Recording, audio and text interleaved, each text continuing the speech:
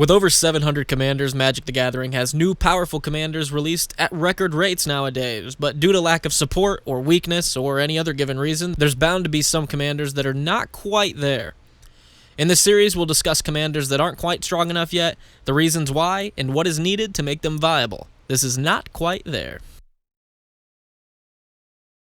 Let's talk about Dynaheir, Invoker, Adept. When this thing was spoiled, people were fairly excited about it, me included. Dynaheir is 1, a blue, a red, and a white for a 4/4 haste. You may activate abilities of other creatures you control as though those creatures had haste. You can tap her. When you next activate an ability this turn by spending 4 or more mana to activate it, copy that ability. You may choose new targets for the copy. Doubling powerful activated abilities and giving a 1000-year elixir-esque effect to all your creatures on a commander was super cool, but as we'll find out, it's just not quite there.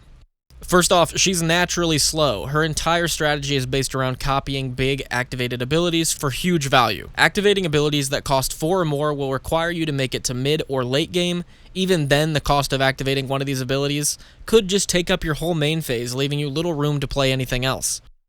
Let's look at Decimator Web. Believe it or not, this is one of the strongest cards I could find for the deck. This artifact costs 4 mana, and its activation cost is 4 colorless to have target opponent lose 2 life, get a poison counter, and mill the top 6 cards of their library into their graveyard. This is going to come out turn 3 or 4, but our commander costs 4, so more than likely this thing's going to come out turn 4 or 5. Then when it's finally our turn again, we have 2 options. We can either use our activated ability and copy it, which gives us little to no mana to use on our turn, or we can play another card with an activated ability and have nothing or little to do during our turn.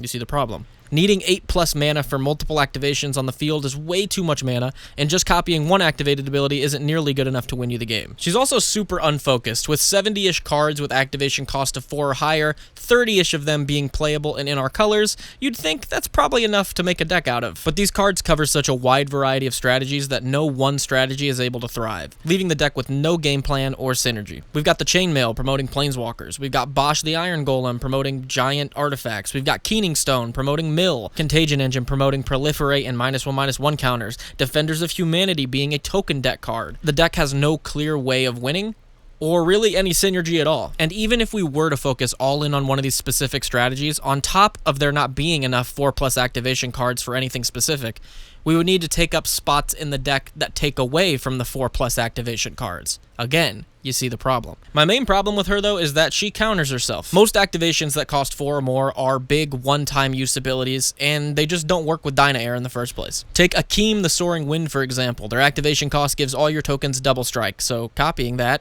does nothing. Activated abilities like Monstrous don't work either because Monstrous checks if the creature's already monstrous, so if you double it, the first one just won't happen. While cards like Quicksilver Amulet and Thran Temporal Gateway are kinda cool and neat to copy, you're not guaranteed to have 2 of the specific type of card you need to cheat out anyway. Again, just very awkward. The newest set, Throne of Eldraine, could possibly be setting the stage for this strategy to thrive a bit more in the future. With the release of Agatha's Soul Cauldron, we could easily get some more solid 4+ activation cards, and we've got a deck on our hands. But as it stands, running Goro and all 5 of the Mirrodin Towers, while cool as hell, does not function in the slightest. I plan to keep Dynaheir in my top loader, and looking at spoilers for the day that I can finally build her. Wizards, your call to action in this video? Print more big activation cards. And to you guys watching, is there a commander you want to build or you've tried building, but they're just not quite there? Drop a comment down below, and I'll add them to the series. Much love, you guys, and go play some Magic.